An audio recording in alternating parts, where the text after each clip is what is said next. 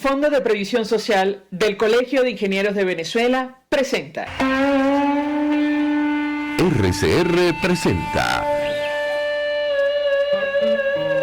a María Alejandra Trujillo en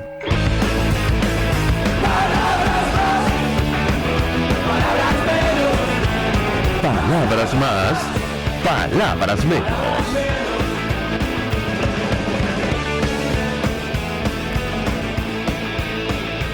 Muy buenos días, amigos de Radio Caracas Radio, lo mejor este viernes, 1 de abril del año 2022, todo el equipo que trabaja para ustedes a partir de esta hora los saluda. En la producción, Génesis Rodríguez y Mario Villarreal, en los controles, Néstor Tobar, quien tendrá el inmenso placer de acompañarles, María Alejandra Trujillo. Saben, ustedes se pueden comunicar desde muy temprano a través de la cuenta en Twitter, @RCR750, seguirnos por el Periscope, por internet, rcr750.com, y el resto de nuestras plataformas digitales a través de TuneIn y YouTube.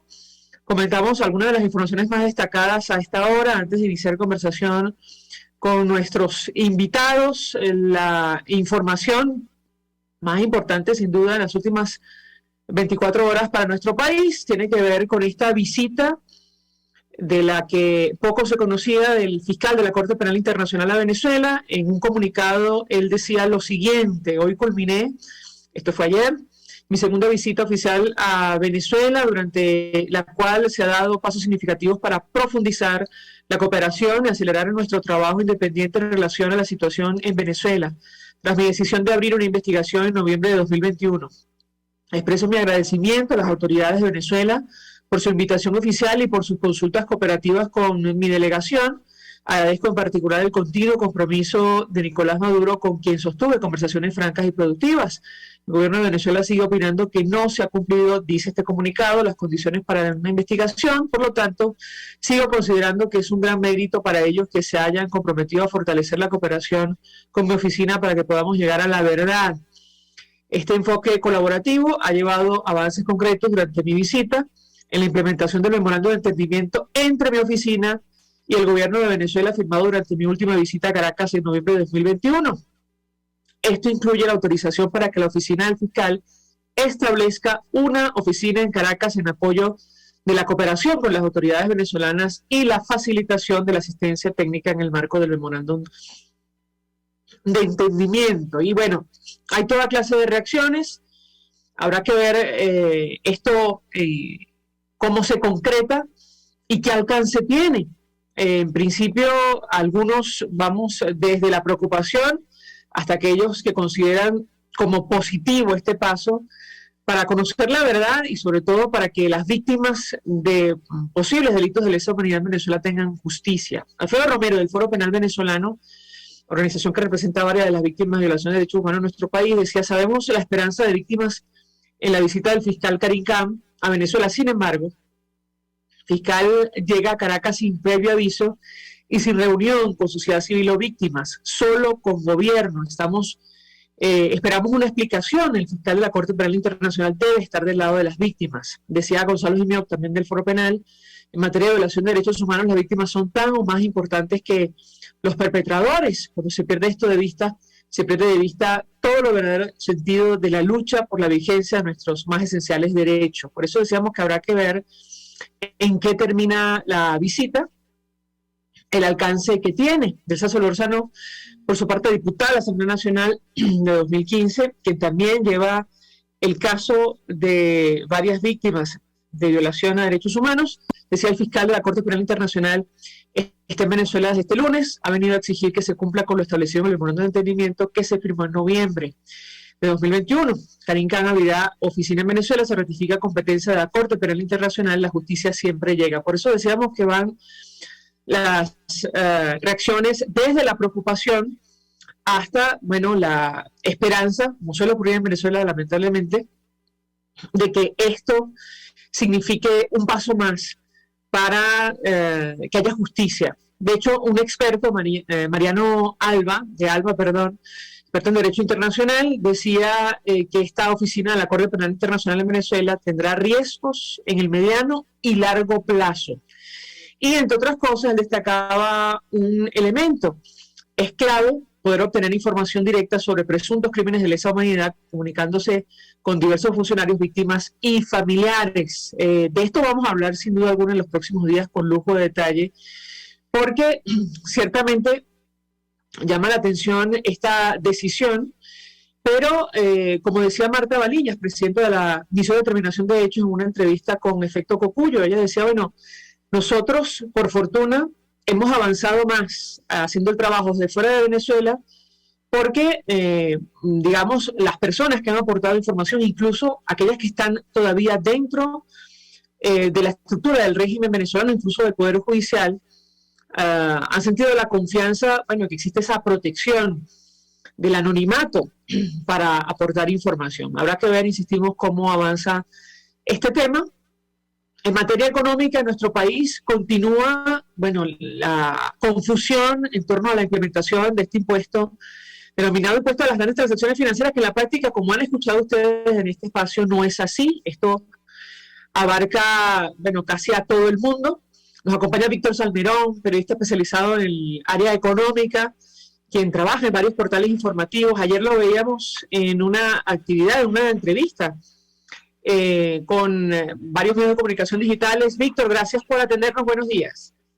Hola, buenos días, Mayra Alejandra. Un placer hablar contigo. Un gusto conversar contigo. La otra información, además de este tema de la Corte Penal Internacional, más comentada en nuestro país, tiene que ver con la implementación de este impuesto que, insisto, no es precisamente las grandes transacciones financieras, sino en general a las transacciones en dólares en nuestro país. Y yo te pediría una primera valoración acerca de la confusión que ha reinado en la práctica durante su implementación. Te escuchamos.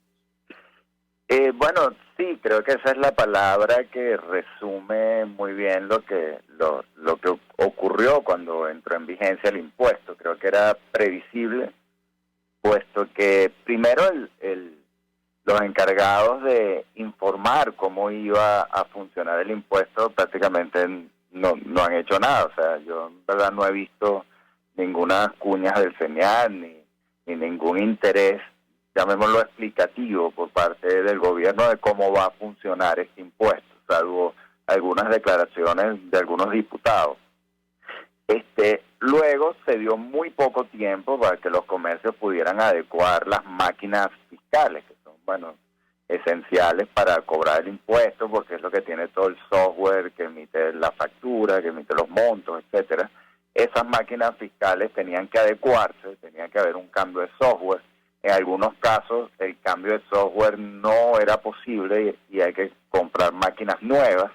Estas máquinas nuevas, por lo que he podido escuchar, tienen un precio de hasta $1,000 cada máquina. Entonces, el haber dado solo 10 días para que los comercios que tienen que cobrar y recaudar el impuesto para luego darle el dinero al CENIAT cada 15 días pudieran estar a tono, pues era realmente muy complicado que eso pasara en 10 días, ¿no? Entonces, ciertamente era lo que hemos visto, pues era una confusión que era perfectamente esperada, y en vista de que si tú tienes que recaudar el impuesto y no lo recaudas, estás expuesto a una multa muy severa por parte del CENIAT, donde tienes que pagar lo que no recaudaste, pero además estás expuesto a una multa del 500%. Entonces, obviamente, lo que vimos al comienzo fueron comercios negándose a recibir los dólares hasta tanto no tengan las máquinas fiscales a tono y hasta tanto no estén más claros de cómo opera el impuesto. Bueno, tengo que preguntarte en la práctica, insisto, te he escuchado, Víctor, en esta entrevista con medios digitales, y tú recordabas, lo hemos comentado en este espacio, que una de las motivaciones del régimen venezolano para establecer supuestamente este impuesto es que la gente empiece a utilizar el bolívar. Sin embargo, producto, como tú señalabas, de la inflación, la hiperinflación en Venezuela, bueno, aquí se produjo un proceso de dolarización transaccional que se mantiene hasta nuestros días. La pregunta que yo te haría es, ¿tú crees que va a tener algún efecto o va a conseguir el objetivo que está buscando este impuesto? Te escuchamos. Bueno, yo pensaría, si veo el tema muy en macro, ¿no? Que que una cosa es encarecer el uso del dólar para tú tratar de forzar de esa manera que haya un mayor uso del bolívar. Entonces, porque fíjense que en la construcción de este impuesto basta que tú utilices bolívares para que ya no lo tengas que pagar. Entonces, para mí por eso está muy claro que si bien puede haber un objetivo de recaudar, el principal objetivo es estimular el uso del bolívar, porque si tu objetivo principal fuese recaudar, tú no crearías un instrumento donde basta que tú te cambies a otra moneda para que ya no pagues el impuesto. Entonces, pero ciertamente una cosa es eso, una cosa es colocar un impuesto que te encarece el uso del dólar y otra cosa es restablecer la confianza en la moneda nacional. Dicho esto, yo sí creo que puede haber algunos efectos en el corto, mediano plazo, donde haya un mayor interés de las personas, del público, por abrir cuentas en dólares en los bancos. Porque la manera de entonces utilizar los dólares sin pagar el impuesto es abrir una cuenta en dólares en la banca. Tú recibes entonces una tarjeta de débito que te permite pagar con esos dólares que tienes depositado en tu banco, y cuando pasas esa tarjeta de débito por el supermercado, la ferretería, la farmacia, donde vayas a comprar, y es que ese comercio está catalogado como sujeto pasivo especial. Que sujeto pasivo especial es simplemente los comercios donde tienes que pagar el impuesto porque han sido catalogados por el CENIAL como grandes contribuyentes. Luego, si quieres, hablamos más de que cualquiera podría ser un gran contribuyente porque las condiciones son muy bajas, aunque necesita que el CENIAL lo certifique, que haya recibido el hecho de que el CENIAL lo haya catalogado como gran contribuyente. Entonces, bastaría con que tú pasaras tu tarjeta de débito en esos comercios para que ya no pagues el impuesto, porque en realidad, cuando tú usas esa tarjeta, el comercio recibe bolívares, porque lo que pasa internamente es que los dólares de tu cuenta te lo descuenta el banco, y es como que si el banco tomara los dólares, los vendiera en su mesa, entonces, y el comercio recibe los bolívares. Toda esa operación pasa instantáneamente, en segundos.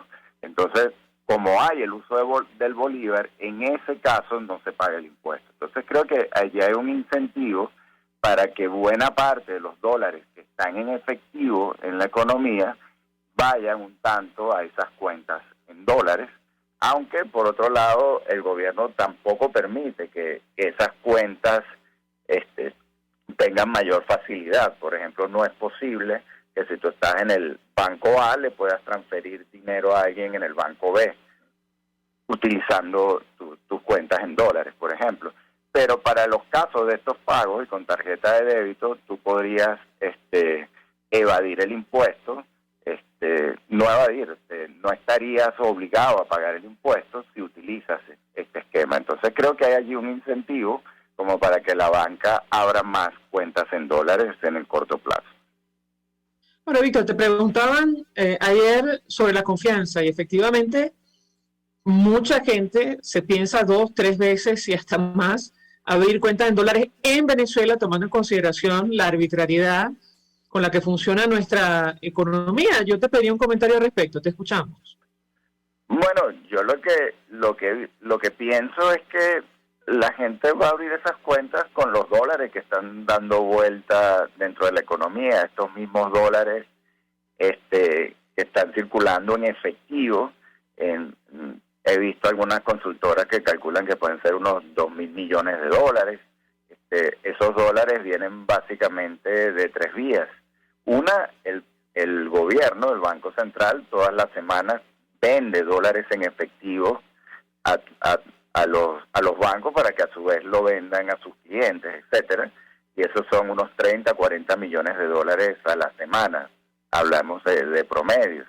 Luego está obviamente el tema de la economía negra, donde también están circulando algunos dólares en efectivo, entonces básicamente esos dólares que yo pienso que están dando vuelta dentro de la economía son los que podrían ir a esas cuentas.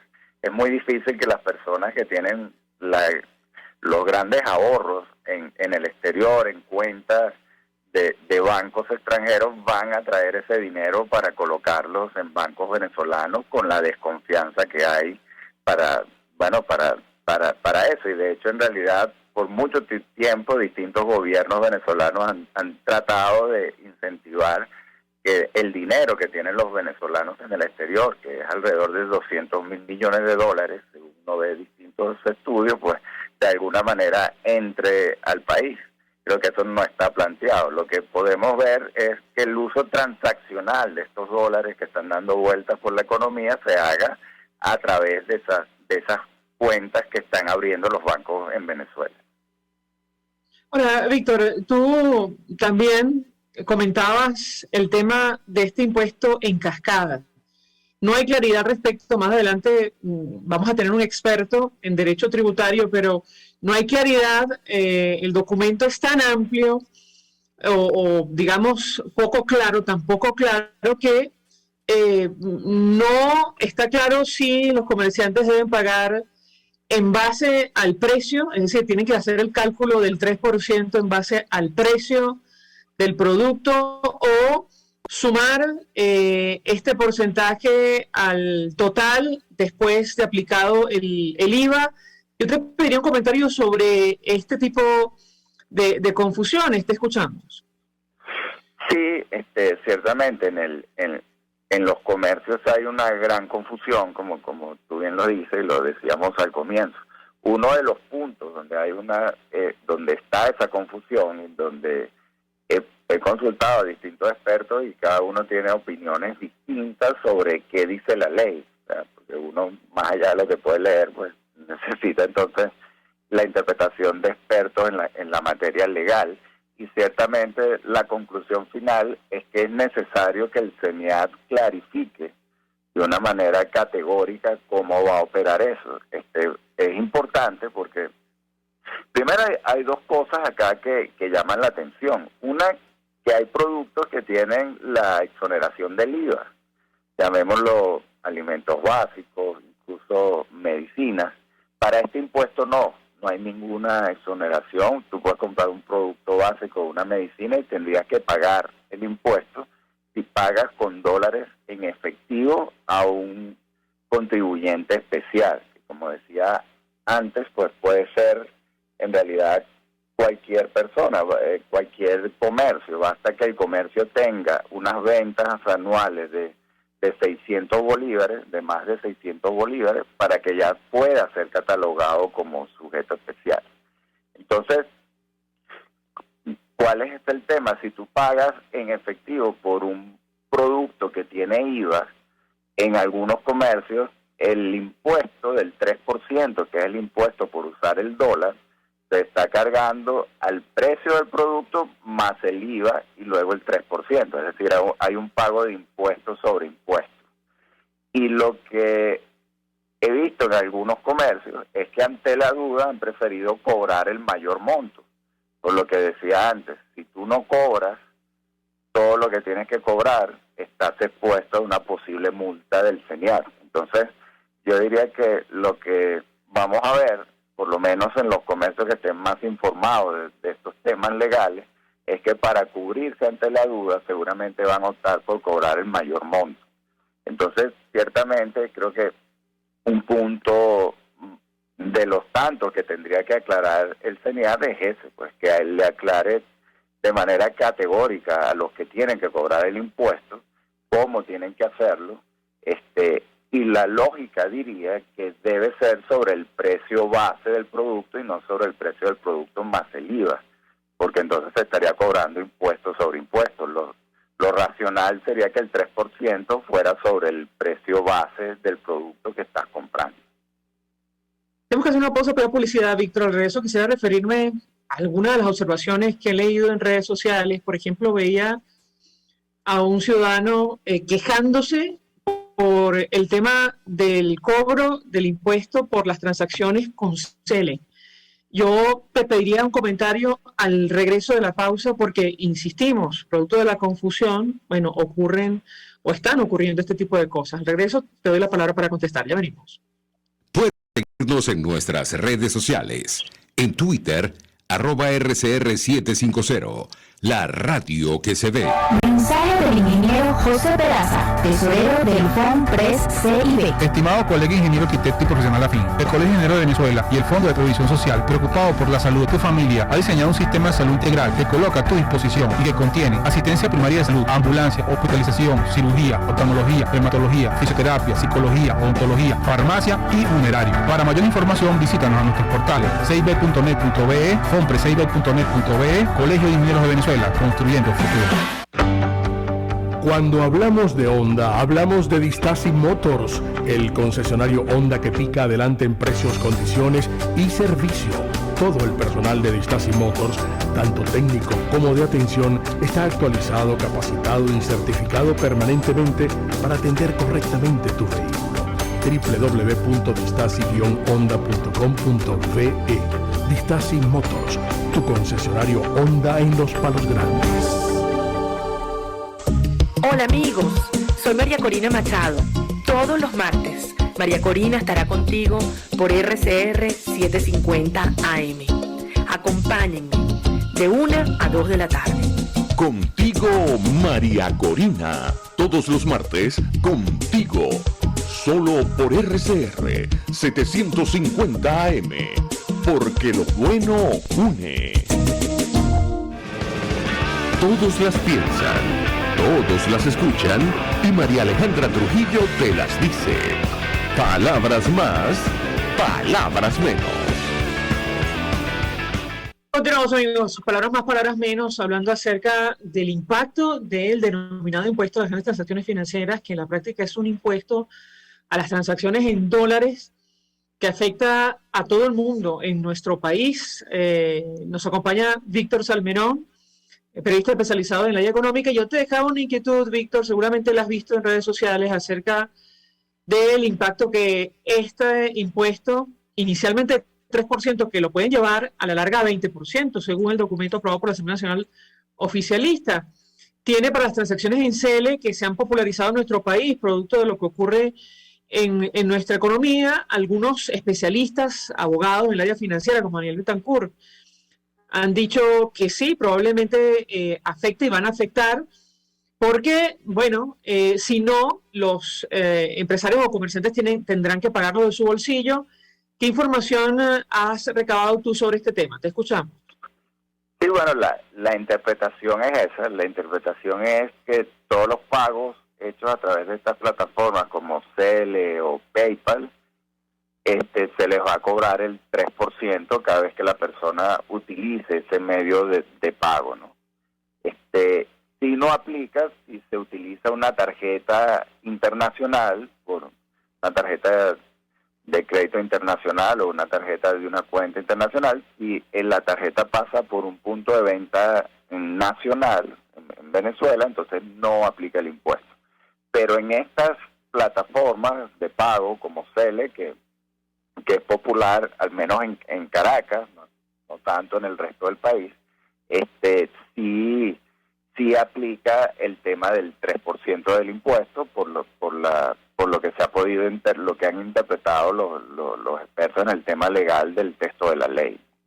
Es otra manera en la que impacta. Yo creo que el mayor impacto está en el tema del uso del efectivo, donde además algo que hay que decir de este impuesto es que no tiene ninguna diferenciación. Es decir, alguien que trabaje todo el mes y reciba un bono de $60, de $100, y va a comprar al supermercado, paga el mismo impuesto de alguien que tenga un ingreso de $1,000 al mes, por poner un ejemplo, ¿no? Es decir, no hay ninguna progresividad en la carga del impuesto, y es totalmente falso que sean las grandes transacciones financieras. Basta que alguien compre, no sé, 1 kilo de cambures por $1 o $2 para que ya pague el impuesto, si paga en efectivo a un sujeto pasivo especial, como explicaba antes. Entonces, ciertamente yo creo que es un impuesto cuya redacción e instrumentación es bastante injusta desde ese punto de vista. Ahora, sobre el impacto, Víctor, digamos, hemos visto y hemos escuchado en este espacio además varios especialistas, economistas, advirtiendo que se trata de un impuesto regresivo. Incluso decía Asdrúbal Oliveros, director de Ecoanalítica, puede meterle freno a la economía que apenas se venía recuperando? ¿Qué puedes comentarnos? Te escuchamos. Bueno, yo diría que pues, todo impuesto implica mayores costos, mayores gastos, etcétera. Obviamente eso va a tener un impacto en los precios finales, en los precios para el consumidor, ¿no? Y luego, en el tema del impacto en la economía, creo que es una interrogante que se suma a otras que ya existen, como el tema de si el país se va a ver afectado por el impacto de las sanciones a Rusia, y ya que el gobierno venía usando ese sistema financiero ruso para cobrar el petróleo que exporta, por ejemplo. Es factible. Sé que el gobierno está buscando algunas otras alternativas para en caso de que eso se tranque por completo a través de bancos de Turquía, etcétera, pero eso podría crear una disrupción que ciertamente es una incógnita que está allí en el horizonte, ¿no? Entonces, creo que hay distintas variables. Por otro lado, el aumento del precio del petróleo hace que Venezuela, aunque siga produciendo lo mismo, el gobierno va a tener más recursos. Eso ya lo hemos visto con ese incremento que ha comenzado a dar de los salarios, de las pensiones, que siguen siendo muy bajas, pero por allí hay un intento de comenzar a recuperar eso, lo cual nos indica que es un gobierno que al menos por ahora está teniendo más ingresos. Eso también podría hacer algún contrapeso en el rompecabezas final, ¿no? Entonces creo que ciertamente hay mucha incertidumbre ahorita, y el impuesto fue una variable que aumentó esa incertidumbre, y que, aunque como decía, estamos viendo distintas variables. Una es ese aumento del precio del petróleo. Está por verse si Venezuela puede aumentar su producción, está por verse si no hay algún acuerdo con Estados Unidos, y Venezuela va a poder seguir vendiendo ese petróleo en China, porque Rusia ha comenzado a venderle petróleo a China y ese petróleo es una competencia para el petróleo venezolano. Entonces, creo que lo que veíamos a comienzo de año, que era pues una economía que podría crecer un poco y simplemente dejar de caer y tener una especie de estabilización en el fondo con un crecimiento leve. Para que tengamos una idea, se planteaba un crecimiento del 5%. A ese ritmo Venezuela necesitaría 30 años para recuperar el tamaño de la economía que tenía en el 2013, pero bueno, por lo menos se dejaba de caer. Pues esas certidumbres que había a comienzo de año, pues ahora ya no están tan claras y hay distintas variables. Decía Adrúbal Oliveros, Víctor, y en la línea de lo que hemos conversado, que efectivamente, producto de la hiperinflación, los venezolanos se refugiaron en el dólar, y bueno, estas fricciones van a meter freno a la economía, porque, digamos, la gente no por arte de magia va a recuperar la confianza en el bolívar. Yo te pedí un comentario, pero además el impacto que en tu opinión puede tener para los nuevos emprendimientos. Te escuchamos.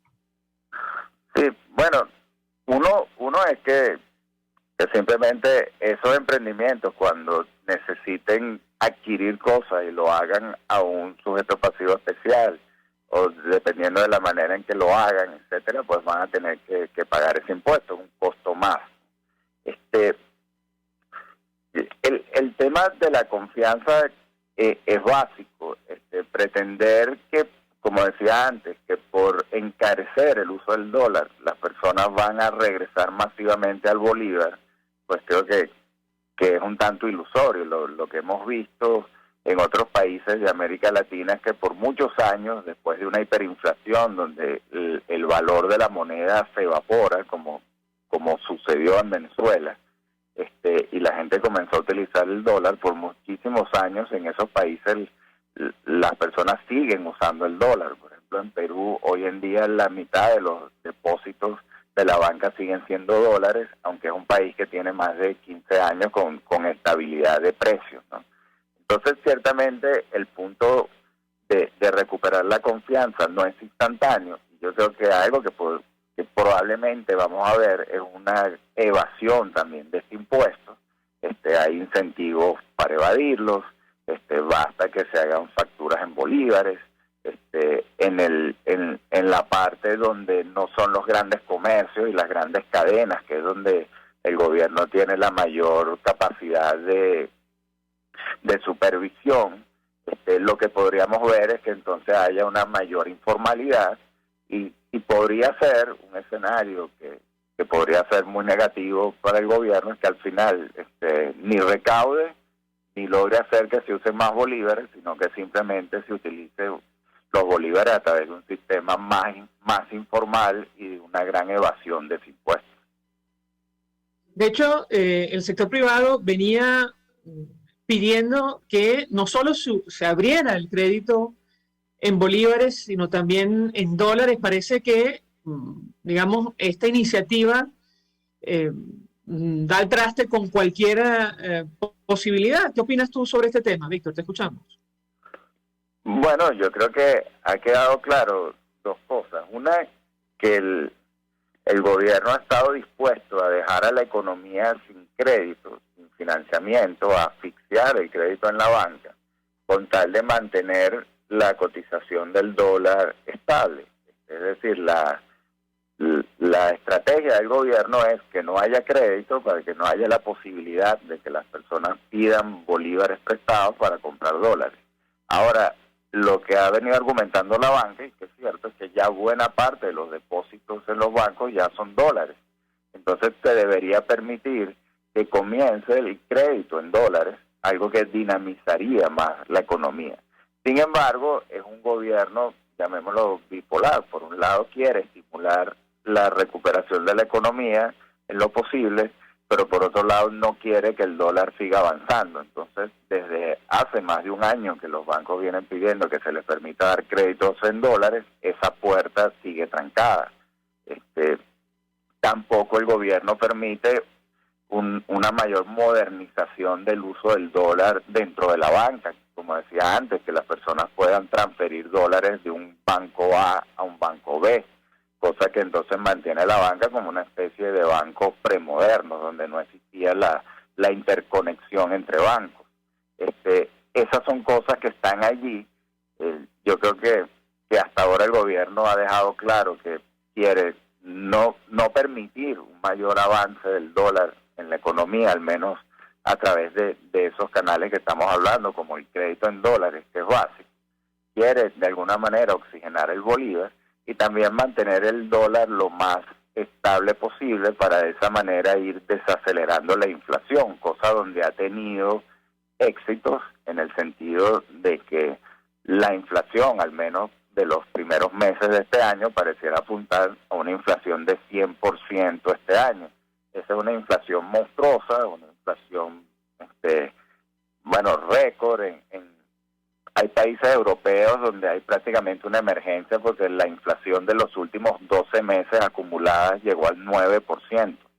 Imagínense entonces si estuviesen hablando de una inflación de 100%, pero es que Venezuela el año pasado tuvo una inflación de 680%. Entonces, es tal el desarreglo que una inflación de 100 pues viene a ser una reducción importante en los índices de inflación, que es lo que quiere el gobierno.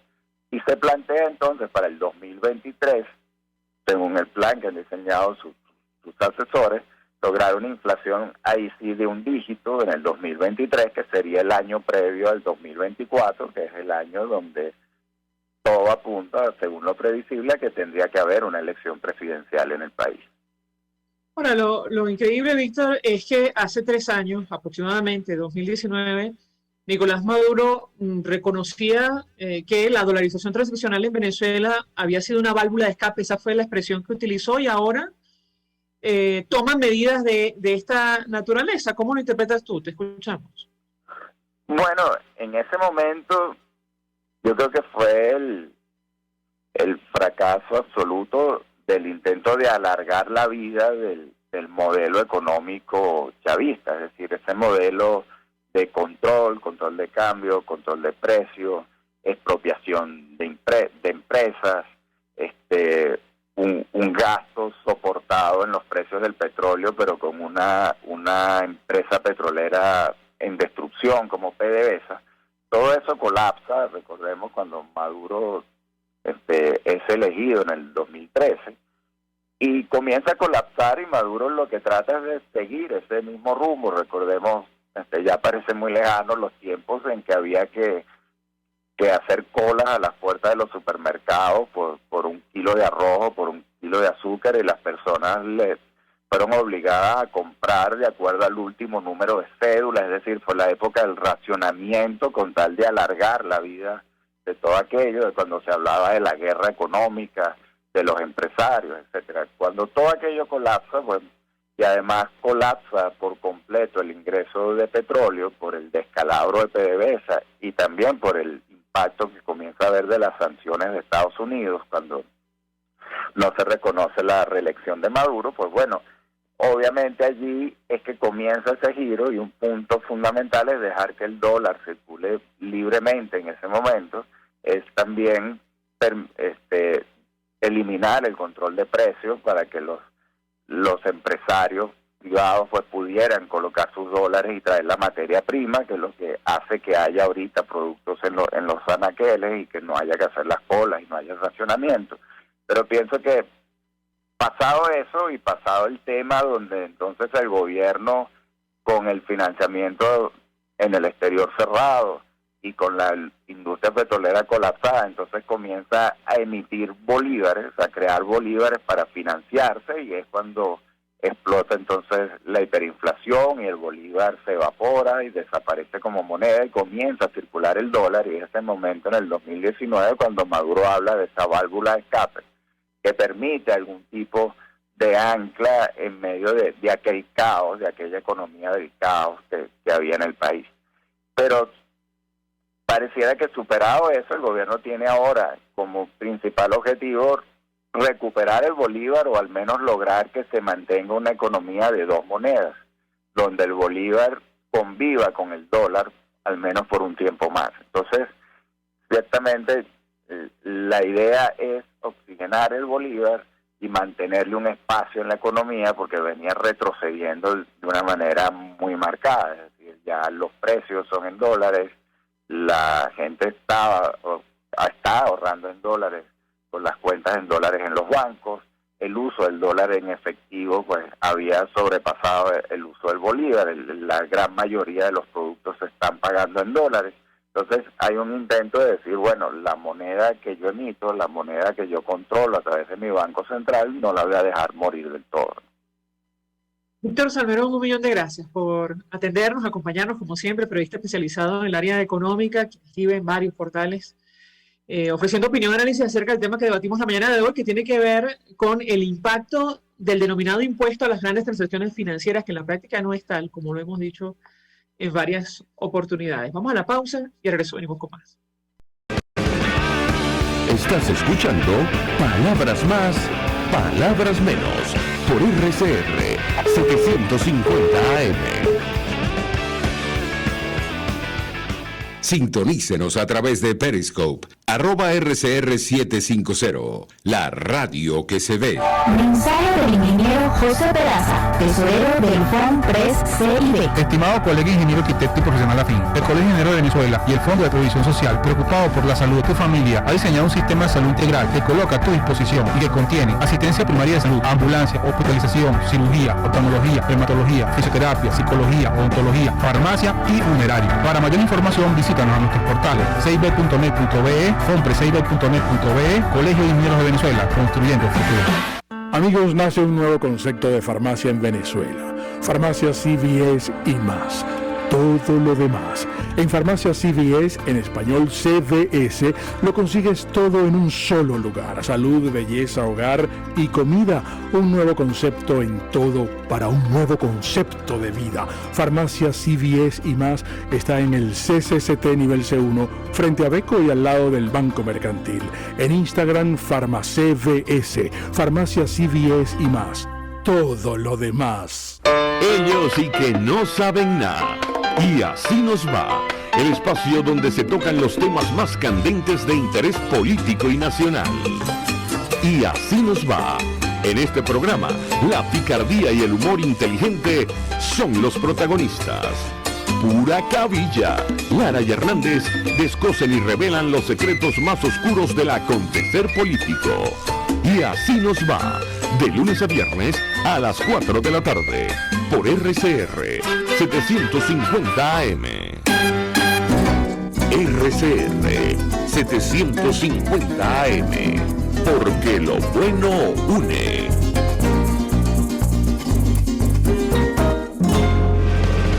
Información, opinión, contraste. María Alejandra Trujillo está en Palabras Más, Palabras Menos.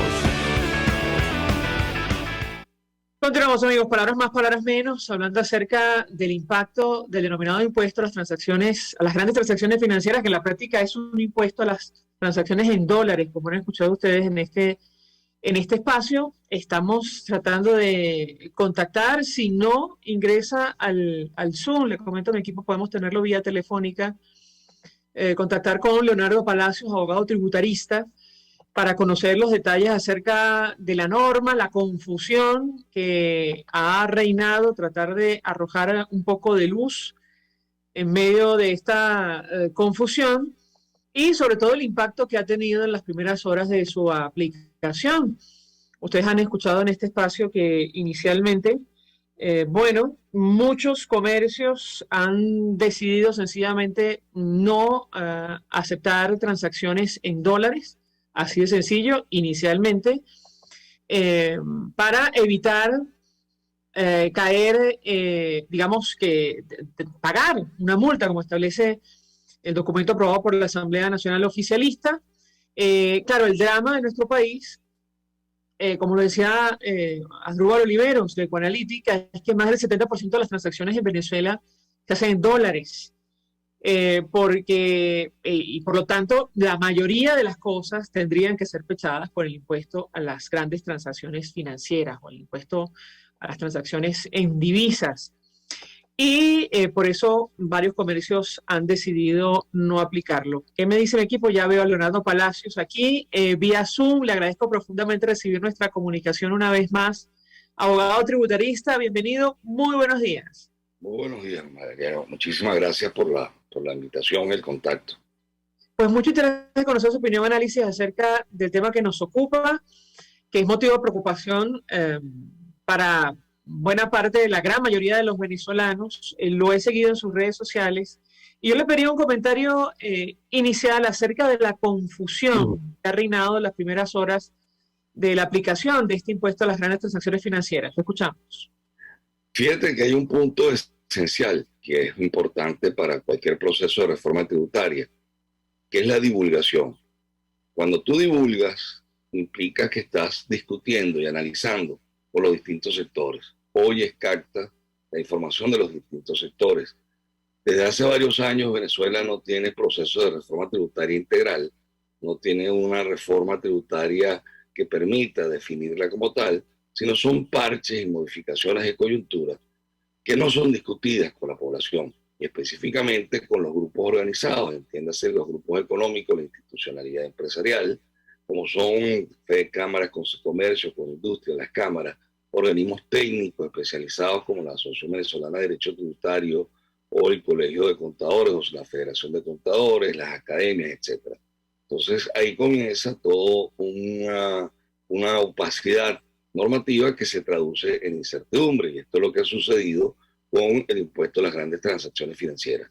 Nosotros decíamos que los primeros días nos recordaba aquella mención del Génesis de la Biblia, el primer libro de la Biblia, que decía al principio todo fue el caos, y efectivamente se generó un caos importante porque nadie estaba al tanto de saber cómo se iba a cobrar el impuesto, si era 2%, 3%, cuándo debía pagarse uno y otro. La excusa del gobierno es que está en la ley, no es cierto. Los artículos 3 y 4 traen confusiones, contradicciones, que solamente los expertos pueden llegar a interpretar y a aproximarse a un criterio de aplicación que puede ser disímil entre los distintos expertos que han opinado. Por eso yo le decía ayer que me gustaría conversar sobre el impuesto en general, las implicaciones, y no comenzar a hacer análisis aislados de los artículos o concatenados los artículos, porque eso puede llevar a mayor confusión.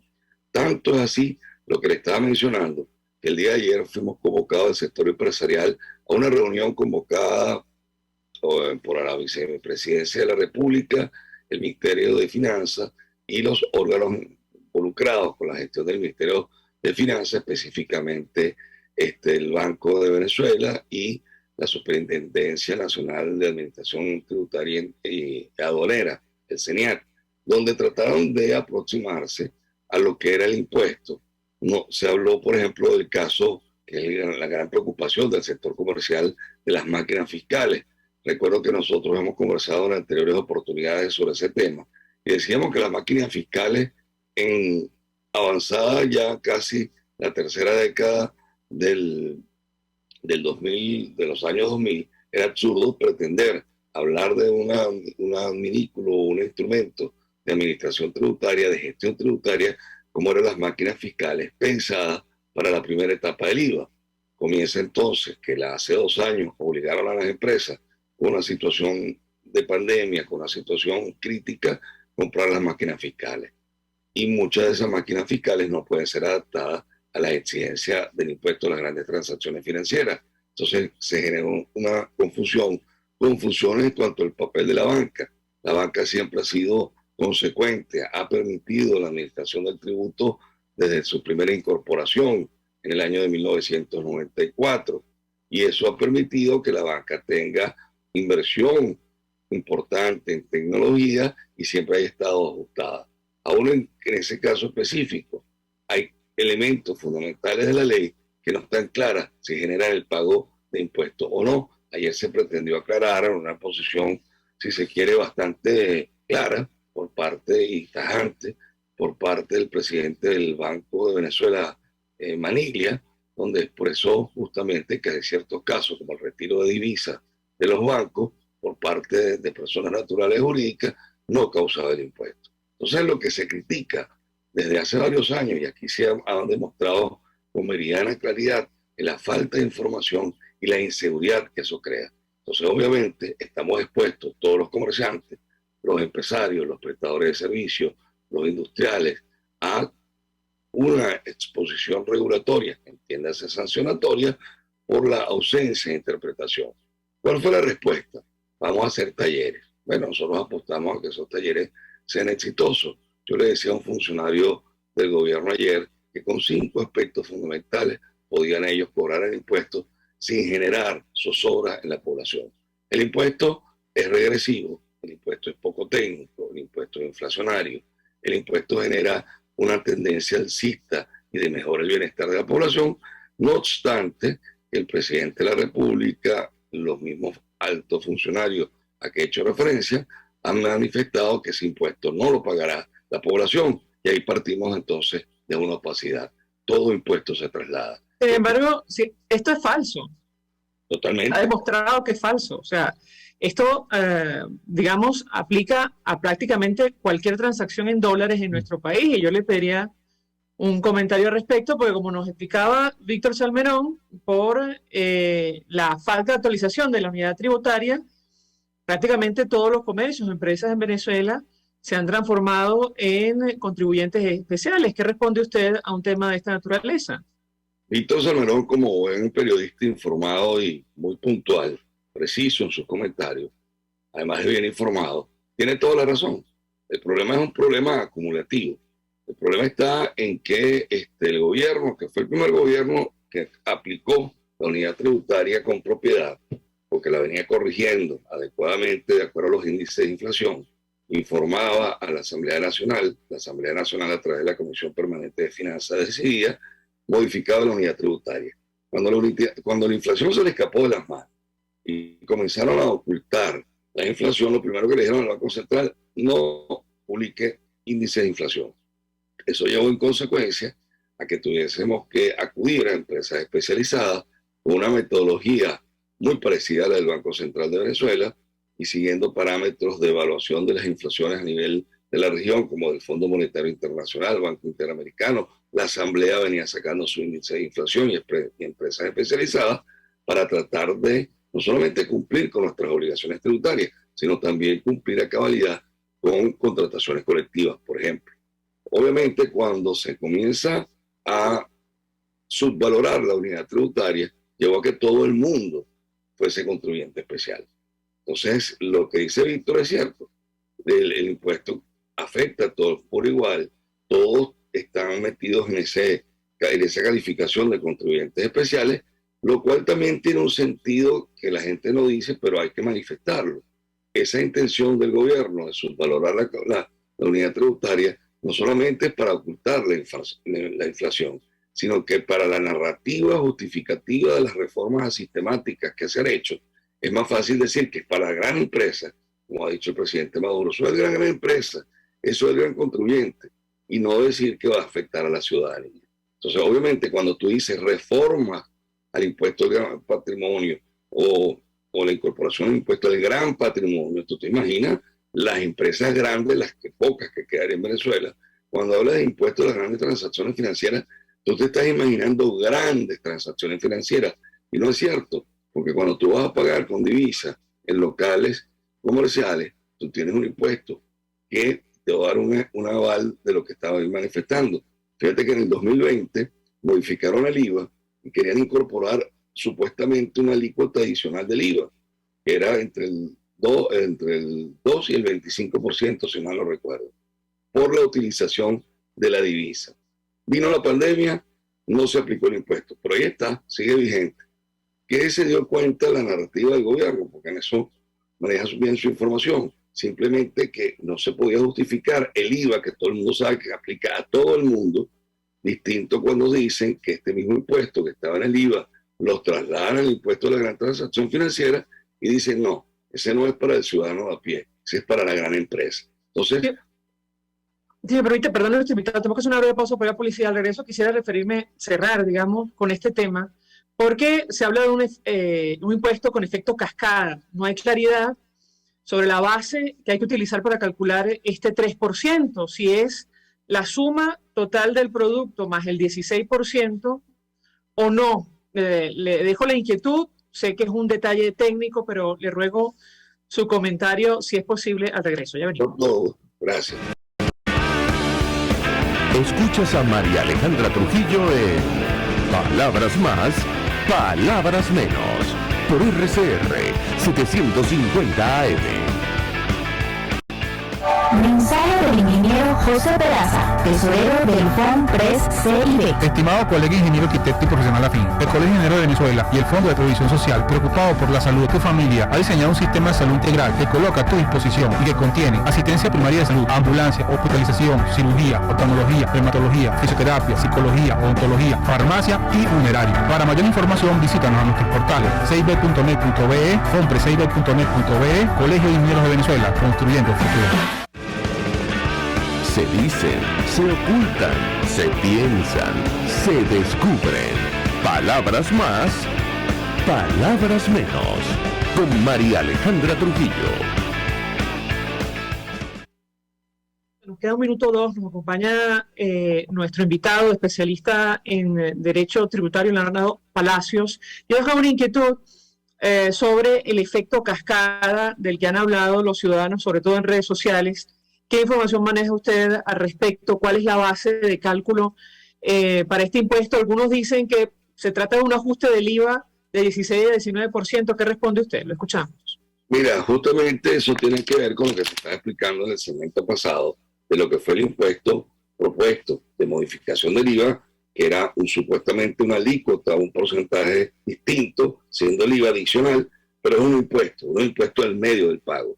No hubo posibilidad alguna de implementarlo, la narrativa no lo iba a acompañar y se acompañó lo que hemos llamado el del CITAX, que fue la propuesta de la vicepresidenta, que era incrementar, y ahí están ellos realmente anclados, creo que tienen la justificación dentro de la discusión interna que hay en el gobierno de privilegiar el bolívar. Están muy bien informados y fíjense que son los medios los que hacen el papel de divulgación y no la administración tributaria. Efectivamente, un impuesto en piramidación, como hemos denominado, se va acumulando todo lo que tú vas pagando, lo adicionas al precio, vende, el que compra, distribuye, lo adiciona al precio. Cuando llega al consumidor final, simplemente el factor de incidencia, que es el golpe final económico, es incrementado. Fíjate que, y eso va a tener un impacto importante, porque cuando te emitan la factura, vas a un restaurante, por ejemplo, el restaurante dice, son 100 bolívares o $100, o vamos a hablar en bolívares, y te ponen al lado la referencia. Eso te da $100. Te calculan el 10% del servicio de los mesoneros, después te calculan el 16% del IVA, y sobre el monto total de esa factura vas a pagar el 3%. Y eso lo ratificó ayer el superintendente de la Administración Tributaria. De hecho, por ahí circularon un elemento, una factura, donde así mismo se recogía. Tanto así que se estaban diciendo en predios del CENIAT que lo que va a marcar la pauta y clarificar el tema de la forma de la magnitud económica base imponible para calcular el impuesto va a ser la máquina fiscal. Entonces yo le comentaba que veníamos criticando hace tiempo cómo los organismos parafiscales, por ejemplo, a través de las páginas web o a través de comunicados, cambian la ley, que es lo que hemos llamado nosotros en forma irónica la doctrina y la jurisprudencia de taquilla. Pues bien, pasamos de la jurisprudencia y doctrina de la taquilla a la de la máquina fiscal.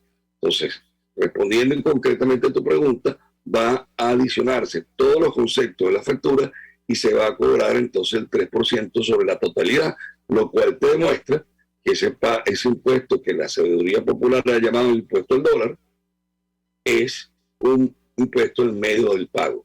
No es al pago en sí mismo, sino al medio del pago. Te están penalizando por utilizar la divisa. Leonardo Palacio, 1 millón de gracias por atendernos, acompañarnos. Seguramente conversaremos en el futuro. Se nos ha acabado el tiempo. Él es abogado tributarista, expresando opinión, análisis y compartiendo información acerca de la aplicación de este impuesto en la práctica a las transacciones en dólares en nuestro país. Nos despedimos. Pasamos en nombre de todo el equipo. Les dejamos por todos los medios. El Fondo de Previsión Social del Colegio de Ingenieros de Venezuela presentó. RCR presentó Palabras Más, Palabras Menos. RCR 750 AM.